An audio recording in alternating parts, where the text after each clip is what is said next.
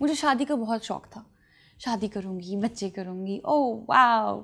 I am 26 right now and मुझे भी होता है कि शादी कब कर रही हो, शादी कब कर रही हो। कुछ आदतें होती हैं मर्दों की जिसकी वजह से उनकी जो अम्मी होती हैं वो अपनी बहू को कहती है ये तुम ठीक कर लेना, उसको शादी के बाद ही ठीक हो जाएगा, बच्चे हो जाएंगे तो ये नॉर्मल हो जाएगा। नहीं, डोंट टेक दैट रिस्पॉन्सिबिलिटी। अस्सलाम वालेकुम everyone, this is Ramsha Khan on Samaa lifestyle. So I was shooting for Ishqiya जब मुझे घिसी पिटी मोहब्बत ऑफर हुआ एंड एट फर्स्ट मेरा फर्स्ट रिएक्शन वाज वाओ ये करना है, बिकॉज इतना different and satire play. I have never done a character like this ever in my whole entire life.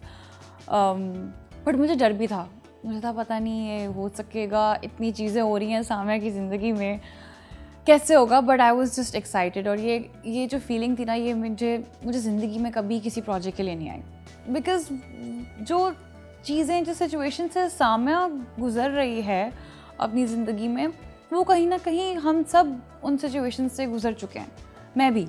तो इस वजह से मेरे लिए फिर आसान हो गया। शुरू में मुझे था कि बस थोड़ा डर था। She is a strong headed women and she knows what she wants. उसका तरीका शायद काफ़ी लोगों को बदतमीज़ी लगे, लेकिन उसके जो दिल में होता है वो उसकी ज़ुबान पर होता है। एंड ये चीज़ तो मुझे रमशा को बहुत कुछ सीखने से मिला सामया से। मैं ये इसलिए नहीं कह रही हूँ क्योंकि घिसी पिटी मोहब्बत में हूँ मैं सामया कैरेक्टर प्ले कर रही हूँ, लेकिन मैं जेन्युइनली कह रही हूँ कि घिसी पिटी मोहब्बत टाइप के ड्रामे होने चाहिए। सिर्फ घिसी पिटी नहीं, आई फील लाइक इवन प्रेम गली टाइप के ड्रामे होने चाहिए, because they giving out a really good message. हम बेसिकली सोसाइटी को उन्हीं का शीशा दिखा रहे हैं and it's a very informative drama I would say. तो ऐसे होने चाहिए, ऐसे स्ट्रॉन्ग प्लॉट वाले ड्रामे मज़ीद बनने चाहिए, so that we can encourage our girls and our women to stand up for their own rights and to fight for themselves basically. So अभी मैं आपको बताने वाली हूँ 5 simple points before you get married और before you think of even getting married. Number 1, be financially independent. You should have your own identity, your own career. I think ये सबसे ज़्यादा important है because अपना एक बैकअप होना is obviously very important, because ये मेरी अम्मी मुझे बताया करती हैं, कल कल को मेरी शादी हो जाए तो वो कहती हैं कि अपना एक बिज़नेस, अपना एक इन्वेस्टमेंट होनी चाहिए आपके साइड पे, because you never know, कुछ भी हो सकता है ज़िंदगी में, nothing is obviously impossible. अगर बुरे दिन आए तो you will have, you know, somewhere to retreat. So yeah, be financially independent on your own. Number 2, don't get married because of societal pressure. जैसे कि कुछ लोग कहते हैं ना, फुप्पों और खालाएं कि उम्र बढ़ती जा रही है, इसकी शादी करा दो. You know, it's not embarrassing. I don't think it's embarrassing if you're 30 and you're single. As long as you're working, as long as you have it going on for you, it doesn't matter. Don't listen to other people. मेरे साथ I've been through this. I'm 26 right now and मुझे भी होता है कि शादी कब कर रही हो, और मैं कहती हूँ भाई जब फाइनेंशियली स्टेबल हो जाऊँगी, घर बना लूँगी, तब कर लूँगी आराम से. So don't take any pressure. Point number 3, do not get married before you're mentally and emotionally ready.